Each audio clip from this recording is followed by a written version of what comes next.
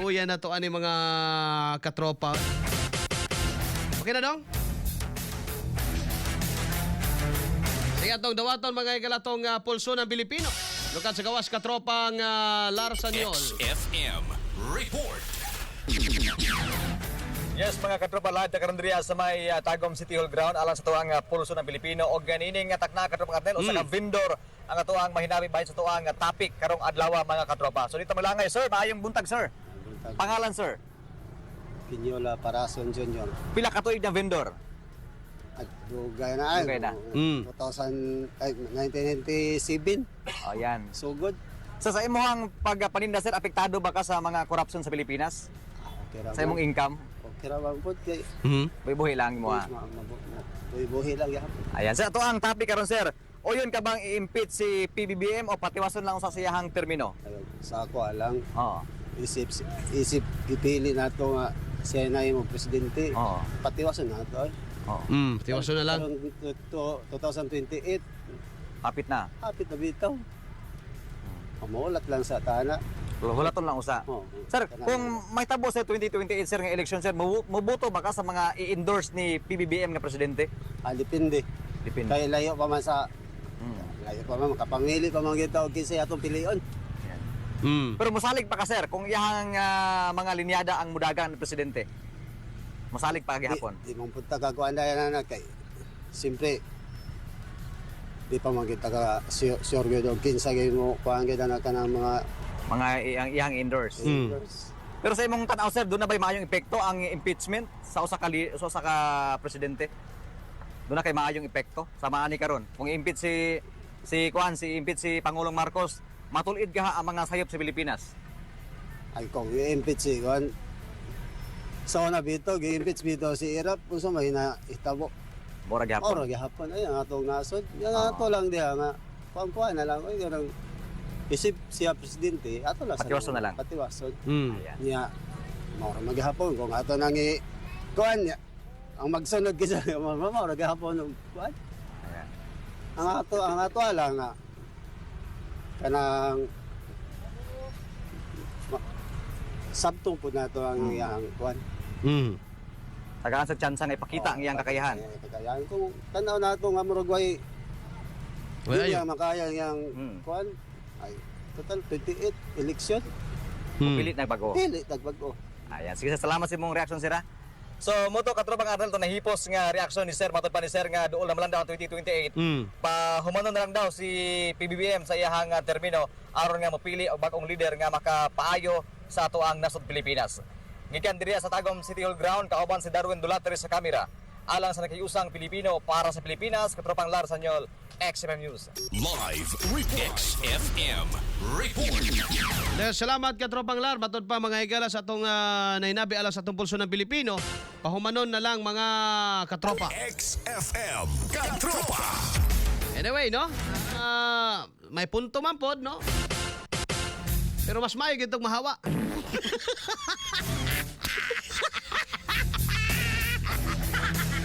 Anyag pananglitan mga higala madutlan. Amang mo yung ayaw.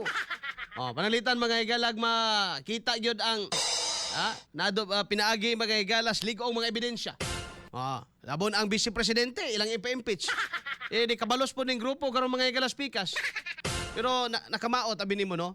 Mga higala nahitabo manggod sa panahon ni BBM puro politika. No, puro politika makabantay.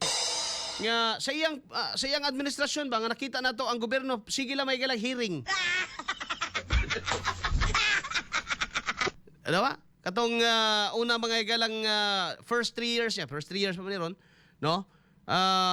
Quadcom, Quintacom, Tricom, no? Unya ang kuan na gyud ato, ang punto na gyud ato mga higala. Ang ending di ato sila mga Duterte ra di ay. No? Para toy na politika ba? Mga katropa, hantod karon mga kaigsuonan. Sige lang gyapon pa politika. Unya sa iya gyud panahon mga higala, no? Kining korupsyon, no? Kanang korupsyon sa Pilipinas naa naman na sa una pa. Naa na gyud na pero ni grabe gyud sa pagkakaroon. Mga katropa, dili na ginagmay dinagko na gyud ang gikawat. No? Ang mga project na to karon na gyud nga bulgar mga higala. No? So Noon may panahon pa siya. May panahon pa siya mga higala, tinuod gyud siyang way labot nining tanan, naiya na ng ibang hipuso ng iyang mga kalat diha. O pamatud-an niya mga higala sa Pilipino, pero ako dili ko mga higala gyud wa gyud ko mobilib. Nga naman ang gikinahanglan gyud nato sa Pilipinas mga higala katong gingon ako, lig-on nga leader, istrikto nga pagpatuman sa balaod aron nga madisiplina ang mga Pilipino. Mausap man gyud ta. Masakitan ka, masuko ka, malain ka, labi nag-ikay maigo magaygalas balaod. Oh, sama pananglitan mo tabok kag pataka na simple ra gyud kaayo na maygala. Pananglitan mo tabok kag pataka das kalsada dakpon ka. Pero kada adlaw yung dakop mga higala, istrikto yung pagpatuman ni ana mga kaigsunan. No? Bisan pag wa nay tao diha kay naamay CCTV, makita ka, mapicturan ka. Oh. Kuan ka karon, mapublikar ka nga oy nitabok ka diha. Sunod ba nga higala ni mong tabok, mangita na yung kag tama nga tabukanan. O, kining ato address tagom karon mga kaigsunan. Ha? Kining pagpatuman nato mga higala nining traffic scheme nato. Nga sayon-sayonon ra sa ubang mga driver mga higala, way pakialam niya ng traffic light. O. Kanang traffic light mismo balaod ba gyud na diha. Pero nganong di man gyud masunod-sunod, ngano man. Wa man mga higala no. Pero imo nang gastuhag pagpaprinta mo daghang tikitin ninyo na. Oh, mayon pug ka katropang Arnel, kuan pug kay ka. Lagi na ingon ako mga higala. Og sige tag compromise sa atong balaod mga kaigsunan, di pud ta madisiplina. Ngano man lagi for example kanang Davao. Ngano man lagi na mga katropa nga nakaya man na nila mga igsuon nga og sigarilyo isgutan, brigyo ka basta ato adre. Soroy gani trade center, no? Palengke. Pisag-asa lang ka paaso. Oh. Pero naatay balaod niya na ha, dili lang mga higala city ordinance, naatay national law ni ana bagay igsoon. Nga gidili mga higala ang pagpanigarilyo sa mga pampublikong lugar. Mga katropa. Pero ngano man, wala manggod ma-implementar pag-ayo. Ato na po sa implementasyon. Moingon na po mga higala ato mga higalang mga law enforcement agency. Kulang migtao. Mga dong dito sa kuan dong plaster ang parking sa Japan, no? Mga tigulang dong. Mga tigtikit anang mga Indiano nga bisag asa usahay manigarilyo. Diya sa Shibuya kay perti naghanag tao. Say kabalo ka si mga kisay mga tigtikit diya dong. Mga tigulang na.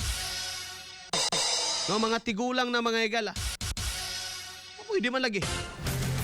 Tuwa dire daghang kay pribilehiyo. No, daghang kay mga gipanghatag mga higala nga privileges. No? Pero kulang ta sa disiplina sa atong kaugalingong nasod mga kaigsunan. Bright man ang Pinoy, musunod man ang Pinoy bay. No, musunod gyud ang Pinoy. Tanaw nimo sa ubang nasod ang mga Pilipino dili man badlongon. Musunod man. Mo-adapt man sila mga higala kung unsay balaod nga naa sa nasod nga ilang giadtuan.